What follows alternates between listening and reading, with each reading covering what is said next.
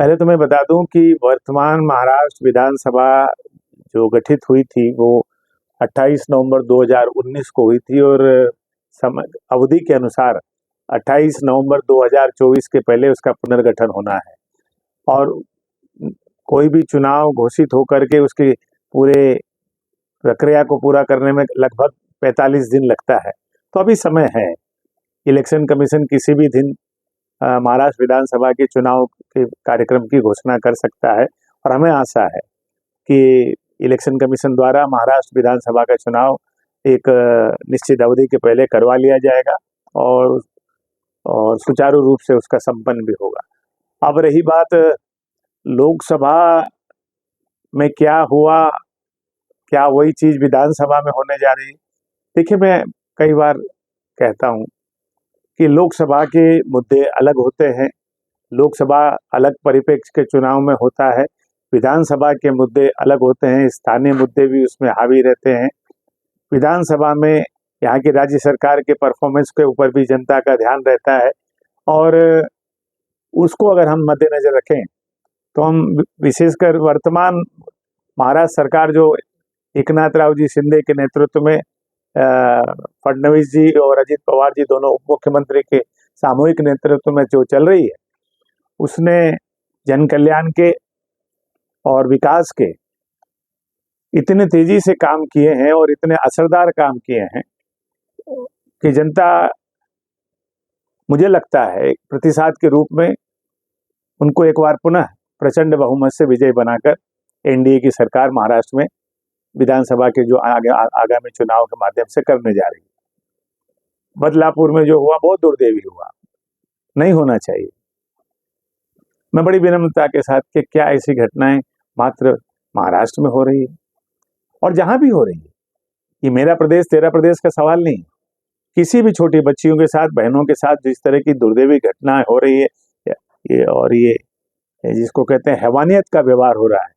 उसकी हम भर्त्सना करना चाहिए, उसका विरोध करना चाहिए। फिर वो चाहे घटना यहाँ हो, मणिपुर में हो, बंगाल में हो या कहीं हो, उत्तर प्रदेश में हो, राजस्थान में हो, मध्य प्रदेश में हो, सवाल ये नहीं किस स्थान पे हुई और वहां पे किसका राज है, वो सवाल नहीं उठता। सवाल है हमारी बहनों के साथ हैवानियत हुई है और उसको कड़ी से कड़ा सजा मिलना चाहिए, ये हमारी सोच होनी चाहिए। और उसी सोच को लेकर के महाराष्ट्र सरकार ने भी, जब बदलापुर की घटना सामने आई, जो शुरुआती पुलिस के द्वारा वहां पे जो थोड़ी बहुत लापरवाही हुई, उसमें बहुत ही गंभीरता को साथ लेते हुए जो भी यथासंभव कदम थे, चाहे वो एसआईटी का गठन हो, चाहे वहां पे डिपार्टमेंटल इंक्वायरी हो, या उस पुलिस वहाँ स्कूल के जो मैनेजमेंट के खिलाफ कानूनी कार्रवाई की बात हो, तमाम इस मैटर को फास्ट ट्रैक कोर्ट में ले जा करके न्याय दिलाने की बात हो, या मुख्यमंत्री जी का सार्वजनिक रूप से आकर के बयान देना कि हम कड़ी से कड़ी सजा आरोपियों को दिलाएंगे, चाहे वो कोई भी हो, उनका चेहरा नहीं देखा जाएगा, उनका गुनाह देखा जाएगा, और जो गुनाह उन्होंने किया है वो भयानक गुनाह है और उसकी कड़ी से कड़ी सजा होगी। ये एक विश्वास दिलाता है जनता को कि जो वर्तमान राज्य सरकार है वो कहीं न कहीं निष्पक्षता के साथ जनता के लिए, जनता के हित में काम करने वाली सरकार है। और इसीलिए लगता है कि जनता का विश्वास वर्तमान सरकार को पुनः प्राप्त होगा। ये दुर्भाग्यपूर्ण है, मैंने कहा ऐसी घटनाओं में राजनीतिक नहीं होना चाहिए, क्योंकि ये घटना तो सब जगह हो रही है। कहीं आप सत्ता में है, कहीं ये दल सत्ता में है, कहीं वो आज यहाँ जो विरोध कर रहे हैं वहां सत्ता में वो हैं। तो सवाल ये उठता है, तेरा राज मेरा राज, ये नहीं होना चाहिए। बेटी जो है, जिसके साथ ये यातना हो रही है, हैवानियत हो रही है, वो हम सबकी बेटियां हैं, चाहे वो किसी प्रदेश की हो, किसी क्षेत्र की हो। हमका, और ये जो मनोविकार समाज में व्याप्त हो रहा है कि छोटी छोटी बच्चियों के साथ, 4 साल 5 साल 6 साल 7 साल की बच्चियों के साथ यौन यातना जो है, ये एक मनोविकार है समाज में, जो नया नया